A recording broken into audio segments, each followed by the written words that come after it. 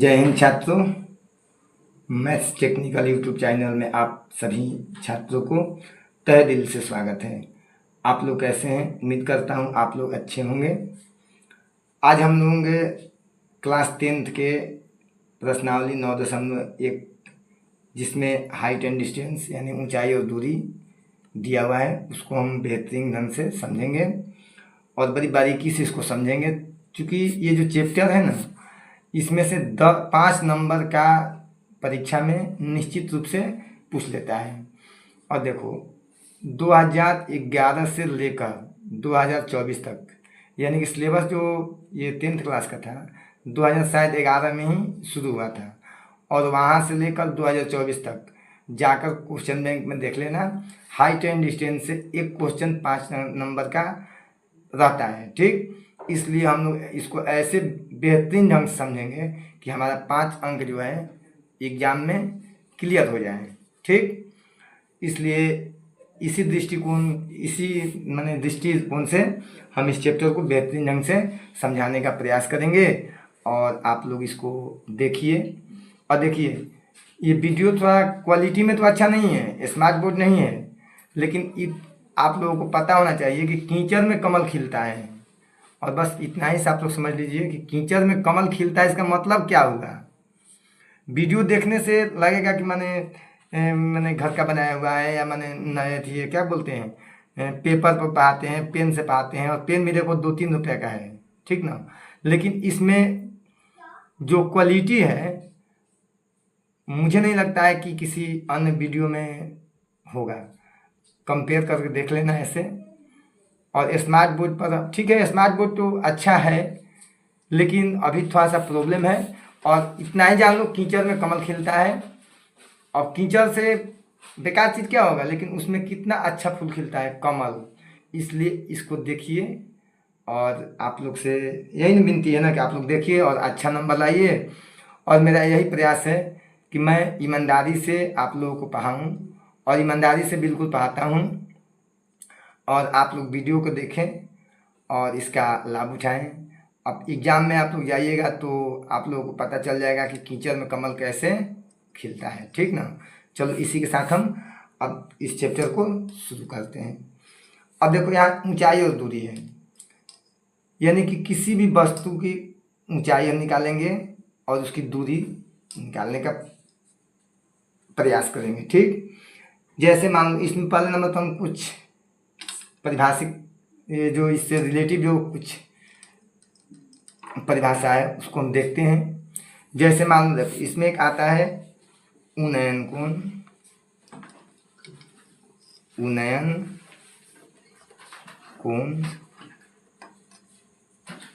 और अवनमन कोण।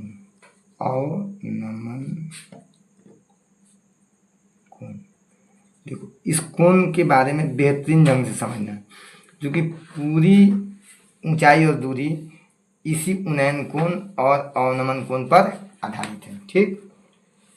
अब हम देखते हैं, जैसे मान लो कि अच्छा हाँ इसका तो इससे पहले थोड़ा सा इसका समझ लो प्रयोग।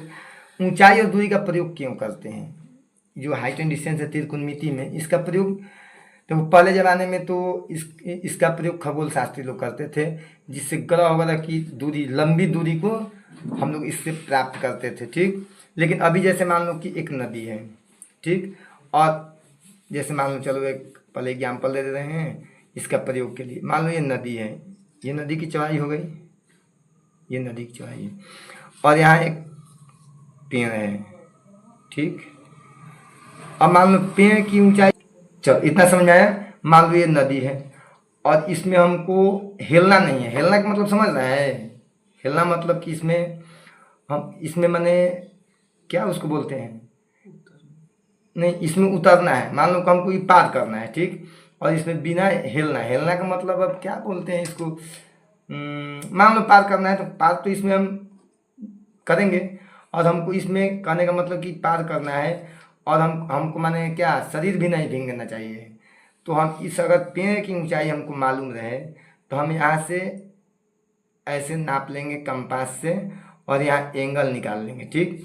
और इस एंगल से और इस ऊंचाई से हम इस नदी की चौड़ाई ज्ञात कर सकते हैं। मान लो ये नदी की चौड़ाई है, क्या है, नदी की चौड़ाई, ठीक है। और ये मान लो पेड़ की ऊंचाई है, पेड़ की ऊंचाई है। तो अब देखो इसमें क्या होता है कि अगर नदी की चौड़ाई पता है तो हम पेड़ की ऊंचाई पता कर लेंगे। अब मान लो हमको पेड़ पर नहीं चढ़ने का मन है और नदी में, नदी पार करने का मन है, तो नदी को नाप लेंगे, ठीक ना। और नदी नाप करके हम पेड़ की ऊंचाई निकाल सकते हैं यहाँ से एंगल इसका देखकर, ठीक। यानी कि हम किसी तरह के निकाल लेंगे। या मान लो कि ऐसे भी आ जाएगा कि चलो यहाँ ये पेड़ के ऊपरी सिरा से, या मान लो पोल एक है और ऊपरी सिरा से एक रस्सी हमको बांधना है नदी के दूसरे छोर पर, कितना मीटर रस्सी लगेगा। तो हम लोग अगर हमको पेड़ की ऊंचाई और नदी की चौड़ाई दोनों मालूम रहे तो हम लोग इस रस्सी की लंबाई भी ज्ञात कर सकते हैं। इसका यही प्रयोग है बाबू, ठीक ना। अब चलो देखते हैं उन्नयन कोण और अवनमन कोण क्या है। जैसे मान लेते हैं कि एक के यहाँ मान लो कि क्या है, चलिए इसको मान लेते हैं ये तुम्हारा पुल हुआ, पुल यानी खंभा या कोई ऊंची पहाड़ होगा। और मान लो कि इस पर एक वस्तु रखा है, यहाँ पर एक वस्तु रखा है और मान लो कोई यहाँ पर खड़ा है और यहाँ से इस वस्तु को देख रहा है। कहाँ से, यहाँ से वस्तु को देख रहा है। तो इसके आंख पर एक कोण बनेगा, बनेगा ना, यहाँ एक कोण बनेगा। इस कोण को हम क्या बोलते हैं, इसी कोण को बोलते हैं उन्नयन कोण। उन्नयन कोण क्या बोलते हैं, इस कोण को क्या बोलते हैं, उन्नयन कोण। चलो अब इसके विपरीत देखते हैं, या इसको एक और नाम से जानते हैं, इसको एक उन्नति कोण बोलते हैं। उन्नति कोण, कभी कभी एग्जाम में क्या होता है कि उन्नति कोण दे देता है। अब कहीं किताब में किसी किताब में दिया है, किसी किताब में नहीं दिया उन्नति कोण के बारे में, तो उन्नयन कोण को ही उन्नति कोण बोलते हैं, ठीक। अब ये हुआ उन्नयन कोण। अब देख लेते हैं अवनमन कोण। अब मान लो कि इसको आगे कर लेते हैं, हाँ चलो देखते हैं। मान लो कि एक ऐसे तुम्हारा हुआ खंभा या मीनार हुआ, या इसको क्या बोलेंगे, पहाड़ी बोलेंगे। और इस पहाड़िए पर एगो लड़का है, ठीक ना। अब बोला है कि पहाड़ी पर लड़का कहा जाएगा, जान देने जाएगा लाल पीर के चक्कर में, है समझ में। तो इलाका गया जान देने के लिए, कहाँ, पहाड़िया पर। पहाड़िया पर जा करके बोला है कूद जाएंगे, कूद जाएंगे, ठीक ना। अब इसका बेचारा का एक मित्र था यहाँ, क्या था, मित्र था। वो बोल रहा है कि न मत कूद, मत कूद बबुआ, मत कूद, न तो जान चल जाएगी। लेकिन फिर भी उसको बोल रहा है कि नहीं कूद जाएंगे। तो इलाकवा कैसे, इस इलाकवा के आँख से देखेगा, तो इलाकवा को देखा तब न बोला जी, हैं। तो इलाकवा जब देखा, ठीक है, तो इसके इलाकवा देख रहा है, तो इसके भी आँख पर कौन बनेगा, इस कोण को हम क्या बोलेंगे, उन्नयन कोण। क्या बोलेंगे, उन्नयन कोण। देखो उन्नयन कोण अब यहाँ क्लियर हुआ नहीं हुआ, लेकिन यहाँ क्लियर हुआ ना। हाँ जान देने गया तो क्लियर हो ही जाएगा, कैसे उसका जानवा बड़ी, उस जान का कोई कीमत ही नहीं है, तभी जान देने गया था ना। तो यहाँ क्या हुआ, उन्नयन कोण। और क्या बोलते हैं इसको, और क्या बोलते हैं, उन्नति कोण। उन्नति कोण, इसका दो नाम है, एक उन्नयन कोण और एक उन्नति कोण। अब हम लोग चर्चा करेंगे। अब तो उन्नयन कोण किसी को दिक्कत नहीं है। अब देखो इसका परिभाषा लिखना होगा, तुम क्या लिख लेंगे कि यदि दर्शक, यानी कहने का मतलब देखो ये लड़कवा था, ठीक ना। ये तो यहाँ बेचारा अपना जान दे रहा था या बैठा था मान लो, चलो। अब यहाँ देखो, तो यहाँ मान लो वस्तु हो गई, ठीक। और यहाँ क्या हुए, दर्शक। क्या हुए, दर्शक। तो दर्शक के आंख पर एक कोण बना, कहाँ, नीचे, ऊपर रखी हुई वस्तु। तो अगर वस्तु ऊपर हो और दर्शक नीचे हो और दर्शक के आंख पर जो कोण बनता है उसी कोण को हम लोग क्या बोलते हैं, उन्नयन कोण या उन्नति कोण। किसी को दिक्कत, नो प्रॉब्लम। अब देखो, अब देखते हैं अवनमन कोण के बारे में। ठीक इसके विपरीत मान लो, इसके विपरीत देखते हैं। मान लो कि ऊपर दर्शक है, क्या है, दर्शक यानी देखने वाला, और ये बेचारा पहाड़ी पर बैठा है। देखो दोनों बात एक ही है। अब किसको कौन देख रहा है बस इसी पर निर्भर करता है, ठीक। और यहाँ एक वस्तु रखी है, क्या, यहाँ एक वस्तु, चलो वस्तु रखी है। अब बताओ बेचारा दर्शक ऊपर है, ये कहाँ है, अरे क है, दर्शक, दर्शक ऊपर रखे। तो अब दर्शक इस वस्तु को देख रहा है, क्या कर रहा है, दर्शक वस्तु को देख रहा है। तो इसके आंख पर एक कोण बनेगा। तो देखो आंख के क्षैतिज, देखो लाइनें कितनी होती है, 3 होती है। अभी हम इसकी चर्चा करेंगे। यहाँ से क्षैतिज कर रहे हैं, ऐसे क्षैतिज किए तो इसका ये आंख बना दे रहे हैं, ठीक। तो इसके आँखिया पर कोण बनेगा ना, तो इस कोणवा को हम क्या बोलते हैं, अवनमन कोण। अवनमन कोण क्या बोलते हैं, अवनमन कोण। समझ में आया। यहाँ एक वस्तु है, कोई वस्तु रखी है, और दर्शक किसी पहाड़ी पर या पोल पर या खंभा पर अपने गया है, और अगर ऊपर से कोई वस्तु को देख रहा है नीचे, और उसके आंख पर जो कोण बनेगा वही कोण क्या बोलते हैं उसको, अवनमन कोण, ठीक। यानी कि ऊपर क्या बनेगा, अवनमन कोण, और नीचे क्या बनेगा, क्या बनेगा, उन्नयन कोण या उन्नति कोण। जैसे कि हम लोग पहले देखें, यहाँ लड़का जान दे रहा था, हैं, अब बेचारा जान नहीं देगा, अब अवनमन कोण में आ गया है, नीचे उतर गया। चलो देखो अब यहाँ से क्षैतिज कुछ रेखाएं के बारे में हम समझ लेते हैं, ठीक। देखो रेखाएं जो होती है, एक क्षैतिज तल होता है, 3 चीज होता है, क्या होता है, एक होता है क्षैतिज, क्षैतिज तल, दूसरा होता है क्षैतिज,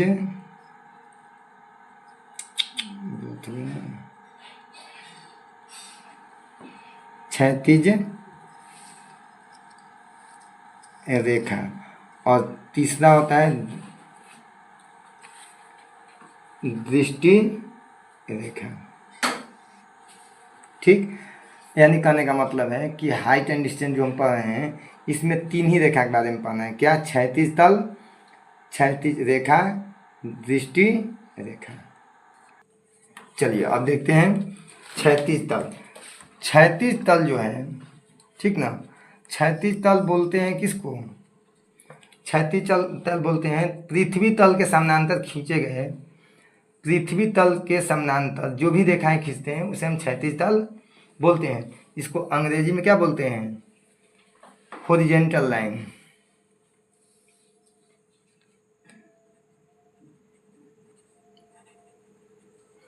इसको कब नहीं, लाइन नहीं, इसको प्लेन बोलते हैं ना, PLN, प्लेन। और इसको बोलते हैं हॉरिजॉन्टल क्या, लाइन। लाइन मन क्या होता है, रेखा होता है। और इसको बोलते हैं line of sight, line of sight, ठीक। Horizontal line plane, horizontal line और लाइन ऑफ साइट, यही होता है, ठीक। उसके बाद हम इसको क्या बोलते हैं, पृथ्वी तल के समानांतर खींचे गए जितने भी तल होंगे उसको हम क्या बोलेंगे, क्षैतिज तल। और क्षैतिज तल के जो समानांतर खींचेंगे उसे हम बोलेंगे क्षैतिज रेखा। और देखो दर्शक, अभी यहाँ पता है ना, ये दर्शक और ये वस्तु, और दर्शक और वस्तु के आंख से जो रेखाएं खींची जाती है इसको हम क्या बोलते हैं, इसी को बोलते हैं दृष्टि रेखा। दृष्टि मतलब क्या होता है, देखना, और रेखा मतलब रेखा, यानी कि जो लाइन जिस लाइन से हम देखते हैं, जैसे मान लो कोई किसी को देखता है, जैसे अभी जैसे मान लो दो छत है, यहाँ एक लड़का है और यहाँ एक लड़का है, यहाँ एक लड़का है और यहाँ एक लड़का है, ठीक। तो इसको देखेगा तो इसके आँख से और इसके आँख से एक रेखा बनेगी ना, तो इस रेखा को क्या बोलेंगे? दृष्टि रेखा। अब मान लो कि अब एगो छत क्या है, नीचा है, एगो ऊंचा है, तो यहाँ भी लड़का है, यहाँ भी क्या है, बुआ है, और यहाँ एक बुआ है, लड़का है। ये भी देखेगा, तो यहाँ से देखेगा तो इसके आँख से जो रेखा बनेगी उसको हम क्या बोलेंगे? दृष्टि रेखा, ठीक। परिभाषा लिखवा दें। परिभाषा लिखने में समय काफ़ी लगेगा, ठीक ना, बाद में कभी हम परिभाषा लिख देंगे, या चलो इसको लिख ही देते हैं। चलो देखते हैं, पहले देख लेते हैं उन्नयन कोण का। क्या देख लेते हैं? उन्नयन कोण का दिख रहा है ना, उन्नयन कोण। अब इसमें लिख लो कि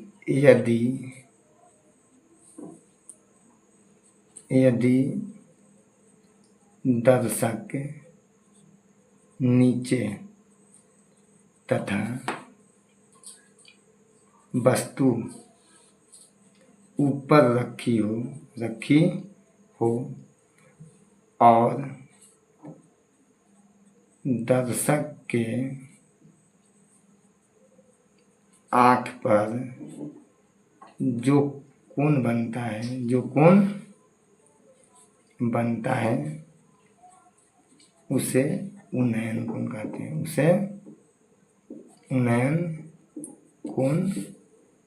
उन्नयन कोण कहते हैं, ठीक।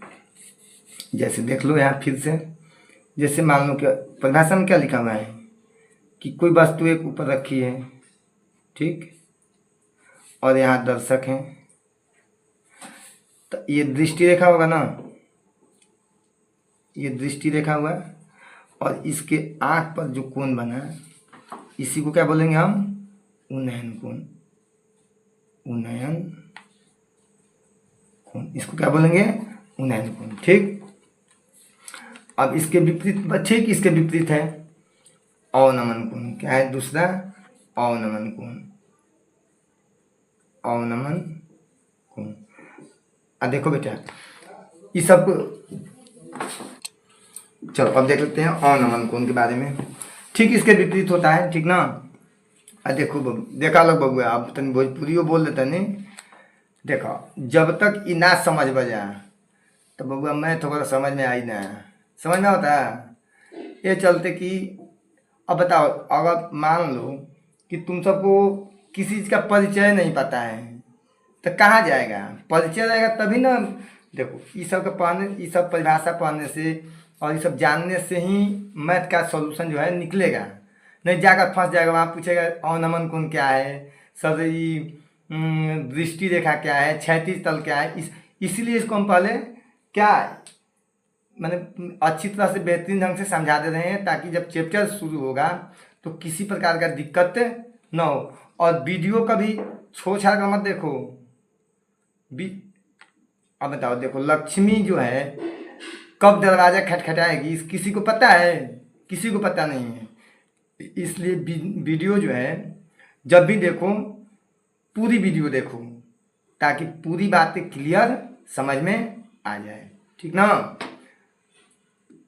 तो कुछ लड़का सब बोलता है ना कि सर का इतना देर देखी हम, और देखेगा तो पढ़बे न करी बनू, देखो खूब बढ़िया से देखो आ नंबर लाओ जाए खूब बढ़िया। अब तो हमने के तो ये कहे हर टीचर के टीचर तो चाहलन कि ओकर पढ़ावल लड़का बहुत अच्छा निकले, कलेक्टर बने, डीएम बने, एसपी बने, ताकि उनका नाम होके, ठीक न। चलो इसी उद्देश्य से आगे हम देखो अवनमन कोण देखते हैं।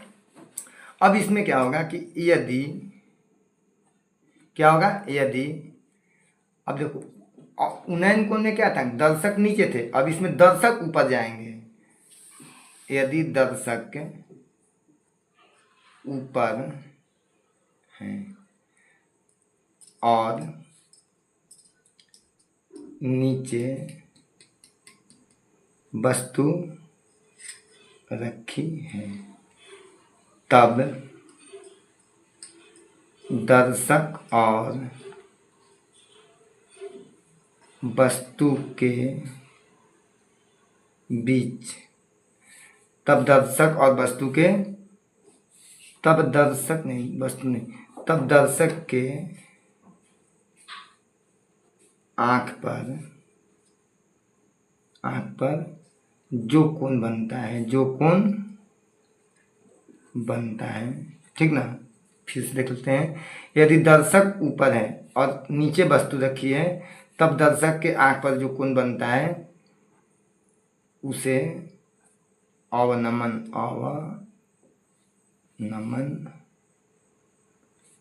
कोण कहते हैं। समझ में।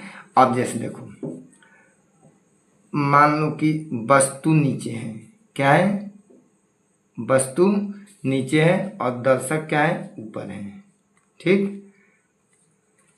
अब देखो, दर्शक के आँख पर एक कोण बनेगा, यहाँ से एक दृष्टि रेखा हम खींचेंगे अगर वस्तु से, ठीक। जब वस्तु से दृष्टि रेखा खींचेंगे, यहाँ से दृष्टि रेखा, तो इस दर्शक के आँख के क्षैतिज एक रेखा खींचेंगे और यहाँ जो कोण बनेगा, ठीक ना, इस कोण को हम क्या बोलेंगे, अवनमन कोण। आया समझ में। और वो पर क्या बता दिए हैं,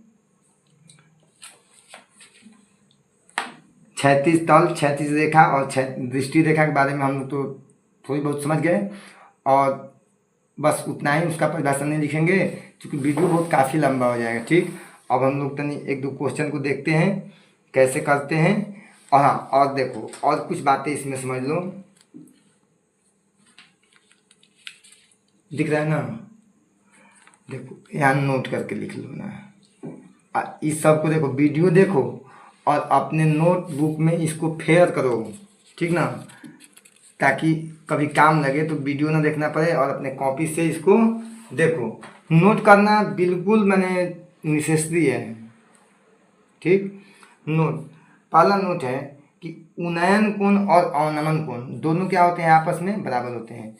अब देखो, ये जो कोण है अवनमन कोण, और यहाँ कोण बना ना, वस्तु के साथ तो बना, तो ये जो दोनों कोण है, यहाँ देखो, अवनमन कोण, और ये हुआ एक तरह से क्या हुआ, उन्नयन कोण।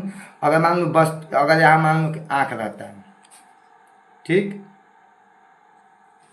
यहाँ क्या रहता है, आँख रहता है, आँख। चलो, अगर मान लो वस्तु है, अब वस्तु की जगह मान लो यहाँ नेत्र रहता है, आँख रहता है, तो दर्शक को भी देख सकता है ना। मान लो दोनों दर्शक हैं, मान लो यहाँ भी देखने वाला है, यहाँ भी देखने वाला है, तो या इसके आँख पर भी कोण बनेगा, तो इस कोण को क्या बोलते हैं हम, उन्नयन कोण। यानी कि अवनमन कोण और उन्नयन कोण क्या होता है, बराबर होता है।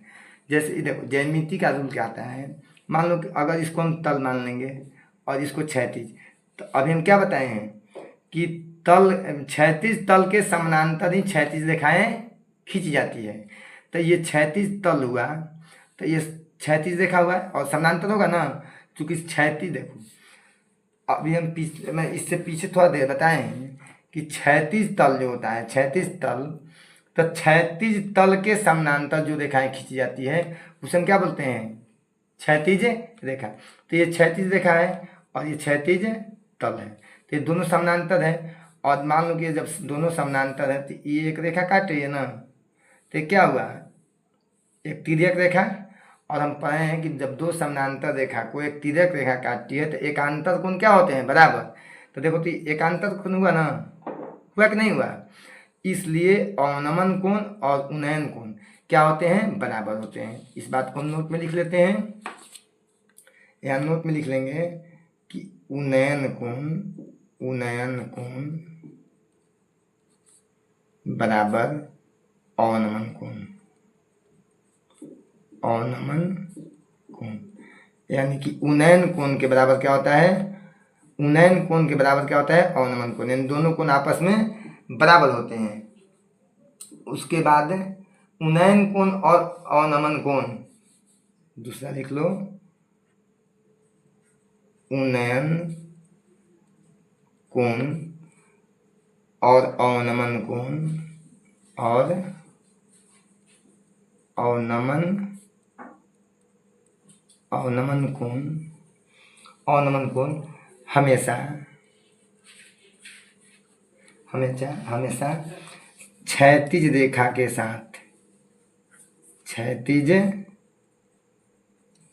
रेखा के साथ होती, याद रहेगा, उन्नयन कोण और अवनमन कोण हमेशा क्षैतिज रेखा के साथ होती है। अब देखो यहाँ से उन्नयन कोण, ये मान लो कि ये क्षैतिज तल, तो एक तरह से क्या है, क्षैतिज रेखा भी हो सकती है, और यहाँ अवनमन कोण क्षैतिज रेखा, तो ये जब भी बनेगा तो क्षैतिज रेखा के साथ ही होती है, उन्नयन कोण और अवनमन कोण। आया समझ में बात? नहीं समझ में आया? ठीक, देखो ये मान लो क्षैतिज तल हुआ, यहाँ से देखो ये क्षैतिज तल और ये क्षैतिज रेखा, तो ये अवनमन कोण किसके साथ, क्षैतिज रेखा के साथ। और अगर मान लो कि अगर हम इसको मान लेते क्या, क्षैतिज तल, तो ये क्षैतिज रेखा होता ना, तो अब इसके साथ ही कोण बना है, तो ये उन्नयन कोण होता है। इसीलिए हम लिखे हैं कि उन्नयन कोण और अवनमन कोण हमेशा क्षैतिज रेखा के साथ होती है। देखो आँख से अगर कोई क्षैतिज नहीं होगा रेखा तो कोण बनेगा नहीं, इसलिए क्या, उन्नयन कोण और अवनमन कोण हमेशा क्षैतिज रेखा के साथ होती है। अब चलो देखते हैं थोड़ा और कुछ। चलिए, अब एक लड़का बोल रहा है कि सर क्षैतिज तल, क्षैतिज रेखा और दृष्टि रेखा का परिभाषा लिख लीजिए। चलो लिख ही देता हूँ, ठीक। तो यहाँ से इसको अंडरलाइन कर लो और लिख देते हैं। चलो पहला क्या है, क्षैतिज तल, यहाँ लिख लो क्षैतिज तल। अब इंग्लिश क्या बार बार लिखें, इंग्लिश तो पीछे भी बता चुके हैं। चलो यहाँ लिख लेते हैं पृथ्वी तल। और एक लड़का पूछ रहा है कि पृथ्वी तल, देखो पृथ्वी तल अब ज्योग्राफी में पाएँ, मैथ में ज्योग्राफी में पाएंगे तो जानता है ज्योग्राफी में पूरे घुस जाएंगे। आए समझ में? तो वो भैया जितना समझाओ जाता है उतने समझे, ज़्यादा समझने की कोशिश मत कर जा, ठीक नू। अभी पृथ्वी तल समझाओ, अभी कभी ज्योग्राफी पढ़ाए वाला गम तो बता दे हम। चलो आगे देखते हैं। पृथ्वी तल के समांतर, या इसको बोलते हैं समानांतर। तो समांतर और समानांतर में कोई अंतर नहीं है। अब बताओ समानांतर का परिभाषा क्या होता है। देखिए समानांतर की परिभाषा, एक ही तल में स्थित ऐसी दो बिंदु जिसे किसी भी दिशा में बढ़ाया जाए एक दूसरे को प्रतिच्छेद न करे उसे समांतर या समानांतर रेखाएं कहते हैं। जैसे मान लो रेल की पट्टी देखा है ना, अब वो समानांतर है, वो कहीं एक दूसरे को प्रतिच्छेद यानी दूसरे को काटेगी नहीं। ऐसा समझ में। नदी की चौड़ाई, अब देखा है नदी जब चलती है तो कहीं बीच में जाकर ऐसे कटती है, और जहाँ से काट देगी वहाँ नदी क्या हो जाएगी, बंद हो जाएगी, ठीक। तो नदी की चौड़ाई, ये सब क्या है, समानांतर का परिभाषा। यानी कि समानांतर मतलब समान अंतर पर दो रेखाएं पृथ्वी तल के समानांतर खींचे गए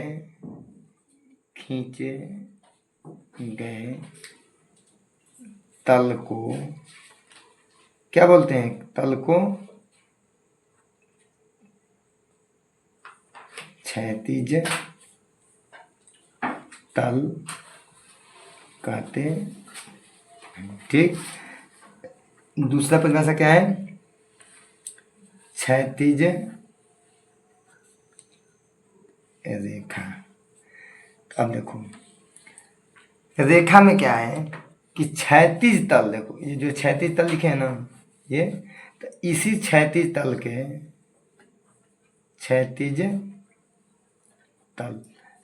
तल के समांतर समांतर खींची गई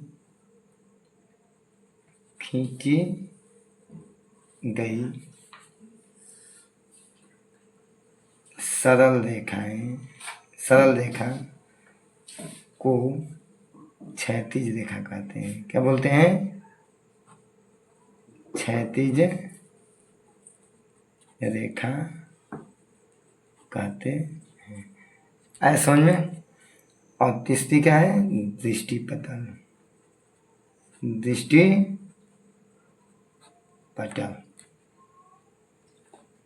अक्षर समझ में आ रहा है ना? कमेंट करना, ठीक। कमेंट में बताना कि सर अक्षर मैंने ठीक है या अक्षर नहीं समझ में आता है, तो ऐसे भी बेहतरीन लिखने की कोशिश करेंगे, प्रयास करेंगे। ऐसे थोड़ा सा क्या बोलते हैं, कर्सिव हो जाता है। अब वो टीचर को क्या है ना कि अधिक लिखना पड़ता है, इसलिए उनका आदत हो जाता है कर्सिव लेटर लिखने का। ऐसा समझ में। लेकिन कोशिश करेंगे, प्रयास करेंगे। ऐसे अक्षर तो मेरे देखने से तो मैंने कहने का मतलब कि हमको तो सब समझ में आता है, यहाँ के बच्चे को भी समझ में आ जाता है। और भाई पूरे स्टूडेंट को तो मैं नहीं जानता हूँ ना। अगर किसी को दिक्कत हो अक्षर में तो कमेंट करना, थोड़ा सा और मैंने इसको सुंदर लिखेंगे। लेकिन सुंदर तो है, अक्षर कोई खराब नहीं है, अक्षर बिल्कुल सुंदर है।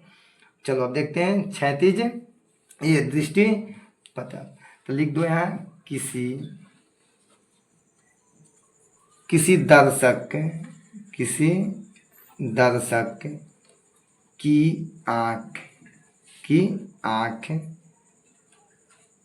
और देखी जाने वाली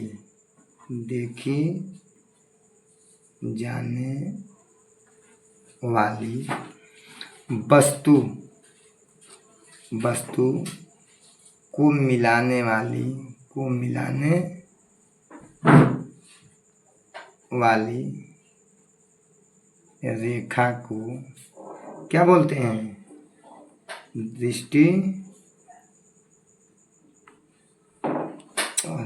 पटल नहीं जी, दृष्टि रेखा। क्या बोलते हैं? दृष्टि रेखा कहते हैं। देखो अब यहाँ दृष्टि रेखा के बारे में हम थोड़ा सा यहाँ चर्चा किए ना। देखो यहाँ दर्शक है, अब बताओ दर्शक का मतलब है देखने वाला। कहाँ से देखेगा? आंखें से देखेगा ना। अब मुंह से देखेगा? मुंह से नहीं देखेगा, आँख से देखेगा। यानी दर्शक कभी देखेगा। अब बताओ दर्शक मतलब देखेगा, देखने वाले को क्या बोलते हैं? दर्शक। और दर्शक किस से देखेगा, किस अंग से देखेगा? अब बताओ, हम ऐसे क्वेश्चन कर रहे हैं, बताओ कि दर्शक जो है किस से देखेगा? आँख से देखेगा, मुंह से देखेगा, पैर से देखेगा, हाथ से देखेगा? क्या आंसर आएगा? आँख से। तो आँख से यानी कि आँख से, यानी दर्शक के आँख से वस्तु, ये वस्तु है, और जो मिलाने वाली रेखा ये है ना, आँख से किरण निकलेगा ना, तभी नहीं देख पाएगा ना। तो इससे जो ये जो किरण निकलेगा यानी रेखा, इसी को क्या बोलते हैं? दृष्टि रेखा। यहाँ लिख दिए परिभाषा बिल्कुल बेहतरीन ढंग से। दृष्टि रेखा किसी दर्शक की आँख और देखी जाने वाली वस्तु को मिलाने वाली रेखा को क्या बोलते हैं? दृष्टि रेखा कहते हैं, ठीक। अब चलते हैं कुछ और परिभाषा को देखते हैं।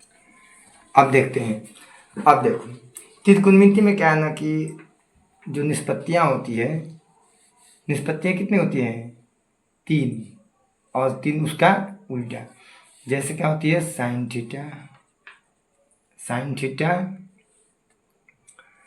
Theta, cos theta, tan theta. तो जब हम त्रिकोणमितीय जो हाइट एंड डिस्टेंस बनाएंगे उसमें साइन, कॉस, टेन और कॉट, इसी 4 का प्रयोग अधिकतर होता है। क्योंकि देखो साइन से जो बनेगा वो कॉसेक से बनेगा, जो कॉस से मैथ सॉल्व होगा वो सेक से भी होगा, और जो टेन से होगा वो कॉट से भी होगा, और जो कॉट से होगा वो टेन से हो जाएगा, क्योंकि ये तो विलोम है। अब देखो साइन का विलोम क्या होता है? उल्टा कॉसेक, और कॉस का सेक थीटा, और टेन का कॉट थीटा, और कॉट का टेन थीटा, यही होता है ना।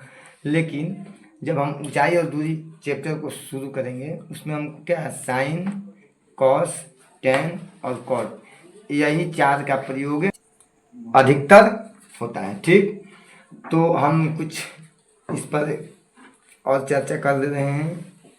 अब देखो, आज ही बता रहा हूँ। पहले नंबर तो जो निष्पत्ति का मान होता है सभी छात्र को याद होना चाहिए। जैसे साइन, अब इसमें भी प्रायः जो प्रयोग में आता है वो 30 डिग्री का मान, 45 डिग्री, 60 डिग्री, यही तीन होगा ना। और इसी तीन पर हम अधिकतर मैथ को सॉल्व करते हैं। 10th क्लास में 30, 45, 60, अगर जिस बच्चे को साइन कॉस टेन तीन में याद होगा उसको बिल्कुल ये जो चैप्टर है चटनी और हलवा की तरह लगेगा। और मैं कोशिश करूँगा कि 30, 45, 60 का मान याद करा दूँ। ऐसे तो याद करा दिया हूँ पहले भी, लेकिन अब बनाते बनाते याद हो जाएगा। और त्रिकोणमिति को हलवा बना देना है। जैसे हलवा आदमी खा लनू बड़ी अच्छा लगला, ठीक वैसा ही लगी। पढ़ कर देखा बउआ, अब ना पढ़े तो आगे दुख हुई। अब थोड़ा सा समझ ल जाए वो बात। देखा जाए कुछ ऐसा चीज बा, देखो कुछ ऐसा चीज है जो पुराना होने पर उसका वैल्यू बढ़ जाता है। जैसे मान लो मजदूर है, मजदूर का उम्र अगर बढ़ेगा तो उसकी वैल्यू क्या होगी, कम होगी। लेकिन एक डॉक्टर है, वो पुराना होगा तो उसका वैल्यू क्या होगा, अधिक होगा। अब किसी को इलाज कराना है तो क्या बोलता है कि ना बूढ़ा डॉक्टर है, उसका अनुभव ज़्यादा है। लेकिन अगर मजदूर है तो मान लो एक 12 साल का, एक 21 साल का मजदूर है, एक 7 साल का मजदूर, अब बताओ किसके पास कोई जाएगा, 7 साल के पास जाएगा, बोले ये काम कम करेगा, ये मजबूत नहीं है। और 21 साल के पास है जाएगा, चल चल चल काम करे। आए समझ में? मेरे कहने का मतलब है कि देखो एजुकेशन जो है ये बुढ़ा होने पर इसकी वैल्यू क्या होता है, बढ़ता है। ज्ञान अगर सीखेगा तो ज्ञान कभी काम करता है, और जितना तुम्हारा उम्र बढ़ेगा उतना अनुभव होते जाएगा। लेकिन और नहीं पढ़ेगा तो वही होगा कि अधिक उम्र होगा। तो अब समझ लो क्या होगा। अब हम क्या बोले हैं, इतना तो समझा दिए, आए समझ में? अब हम लोग कल देखेंगे नेक्स्ट जो प्रश्नावली है 9.1 का, मैंने प्रश्नों को देखेंगे और कैसे सॉल्व करेंगे। और देखना कितना एकदम बिल्कुल चटनी की तरह उसको हम चटवा देंगे। और 5 नंबर जो है ना अपना फिक्स कर लो। ये 5 नंबर एग्जाम में अपना फिक्स कर लो। जैसे पैसा हम फिक्स डिपॉजिट करते हैं ना, हैं, उसी तरह फिक्स कर लो कि 5 नंबर आएगा। अब बताओ 100 नंबर का एग्जाम होता है ना, इसमें 5 नंबर तुम्हारा एक ये क्वेश्चन हुआ। अब देखो थोड़ा सा सिलेबस के बारे में हम आज चर्चा कर ही दे रहा हूँ, ठीक ना। देखो त्रिकोणमिति से कितने नंबर सवाल आता है, त्रिकोणमिति से 20 नंबर का क्वेश्चन आता है ना। तो इसमें 5 नंबर का जो क्वेश्चन है, ये 5 नंबर का क्वेश्चन 9.1 चैप्टर से आता है। अब बताओ तो 9.1 परीक्षा के दृष्टिकोण से महत्वपूर्ण हुआ कि ना हुआ ना। इसमें कितना क्वेश्चन है, लमसम 16 क्वेश्चन है। लमसम क्या, करेक्टली 16 क्वेश्चन है, जिसमें से 10 क्वेश्चन जो है बिल्कुल भी है। इसी 10 से हमेशा पूछ देता है। अब इसके बाद देखो त्रिकोणमिति से हो गया। उसके बाद आता है 5 नंबर का फिक्स है ग्राफ। ग्राफ से अगर हम 8-10 क्वेश्चन कर लेते हैं, ठीक, तो हमारा 5 नंबर फिक्स हो जाएगा। देखा वो फिक्स डिपॉजिट करा होता है, निकालोगे समझिए जब बढ़िया से। कैसे कि जो हम 4 क्वेश्चन लॉन्ग बनाए, क्या बोला ना, ये फिक्स डिपॉजिट था। चल देखते हैं। 5 नंबर यहाँ से फिक्स हो गया, तो 10 नंबर तो फिक्स हो गया ना। देखो अभी कितना में फिक्स हो रहा है, 50 में। कितना में, 50 अंक में। क्योंकि 50 तो ऑब्जेक्टिव होता है, 50 नंबर का क्या होता है ऑब्जेक्टिव।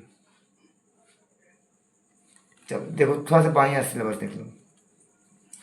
पहला नंबर जान लो कि जो मैथ का पेपर होता है इसमें क्या आता है, 50 आता है ऑब्जेक्टिव और 50 आता है सब्जेक्टिव, यही आता है ना। तो 50 ऑब्जेक्टिव को छोड़ देते हैं और 50 सब्जेक्टिव में इसमें से क्वेश्चन आता है 2 नंबर का और एक आता है 5 नंबर का। तब 2 नंबर का जो क्वेश्चन था इसमें प्रश्नों की संख्या कितनी होती है, प्रश्नों की संख्या 30 और कितना वो करना है 15 और 5 अंक का जो आता है इसमें प्रश्नों की संख्या कितना है, प्रश्नों की संख्या 8, करना कितना है 4। ठीक, तो 15 दूनी 30 अंक का हुआ और ये 5 का 20 अंक, 50 अंक हुआ ना। अब देखो तो ये जो 4 हमको क्वेश्चन करना है इसमें से 2 क्वेश्चन तो हम फिक्स कर दिए, कहाँ से, तो एक कर दिए 9.1, 9.1 एक्सरसाइज अगर हम केवल पढ़ लेते हैं तो 5 अंक फिक्स हुआ ना। और हम ग्राफ पढ़ लेते हैं, ग्राफ कितने में है 3.2 में, ये ना ग्राफ, यहाँ से 5 अंक फिक्स हो गया, 10 अंक और 11.1 और 11.2, इसमें कुल क्वेश्चन कितना होगा 10 या 12, यहाँ से 5 अंक फिक्स हो गया, 15 अंक फिक्स हो गया ना। उसके बाद अब देखो उसके बाद क्षेत्रमिति, बीजगणित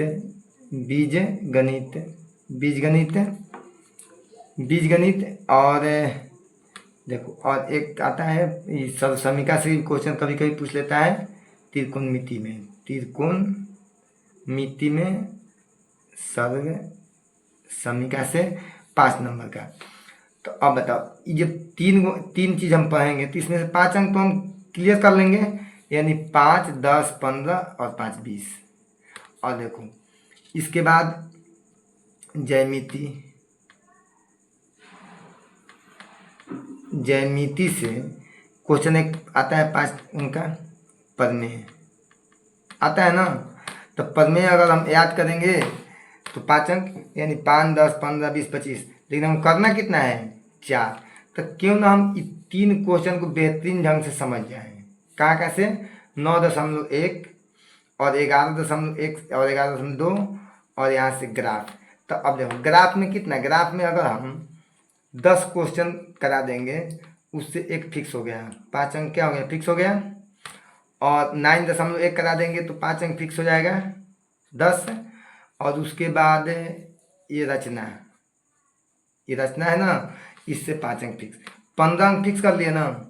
और 5 अंक तो किसी तरह लाइए देंगे, जब इतना में से एक अंक किसी क्वेश्चन को सॉल्व कर देंगे ना तो 20 अंक।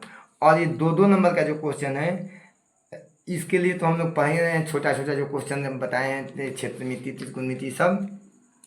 इस तरह हम 50 नंबर का ऑब्जेक्टिव है, तो हम ऑब्जेक्टिव की क्लास एक दे दिए हैं और परीक्षा तक तुम्हारे बहुत परे हो जाएगा। परीक्षा तक न ऑब्जेक्टिव में प्रॉब्लम रहेगी और न सब्जेक्टिव में। ठीक, मैं पूरे किताब को कराऊंगा, इसीलिए तो केसी सिन्हा का छोड़कर और एनसीईआरटी को कराने लगा। ठीक, अब उसके बाद हम और क्या बोलें, वीडियो लंबा हो जाएगा। बस अगर वीडियो अच्छा लगे तो हमारे चैनल को सब्सक्राइब कीजिए और वो जो बेल आइकन घंटी होता है उसको दबा दें, ताकि आप लोगों को नोटिफिकेशन समय से मिलता, जब मैं वीडियो बस उसी समय। समझ में आ गया? जय हिंद।